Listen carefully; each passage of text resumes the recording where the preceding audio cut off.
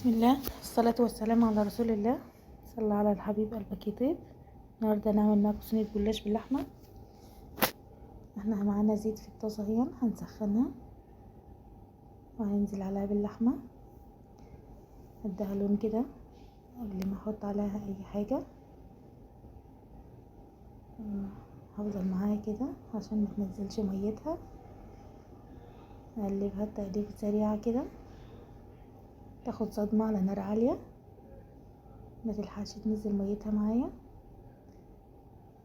هنزل عليها بالبصل يدوب اديله تقليبه كده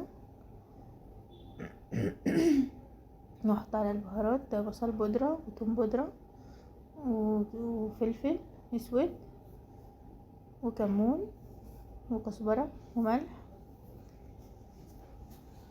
يدوب هنديها كده، عصجناها سويناها وفردنا ورقه اللولاشه اهي. انا هعملها كده على قد الصينيه بتاعتي، هشيل الزوايد دي، احنا مش هنرمي اي حاجه اهي. انا هحط رشه زيت كده في الارضيه، واحط نص كميه الجلاش من غير دهن طبقات ولا زيوت كتير ولا اي حاجه اهي، وهتطلع معاكي جميله جدا. مش هقولك بقى على جمالها وحلاوتها، دي حاجات زايده معايا اهي. احطها في وسط الصينيه وانزل باللحمه اهي. انا هكتفي بالماده الدهنيه اللي حطيناها تحت، شويه الزيت اللي حطيناهم تحت واللي في اللحمه، ودي الزوايد اللي كنا شايلينها من الحرافه اهي، عشان اعرفكم ان احنا مش هنرمي اي حاجه. هفردها لها كلها كده. شايفه الجمال والحلاوه؟ لو لسه مكمله معايا لحد هنا اعملي لايك واشتراك عشان يوصلك مني كل جديد.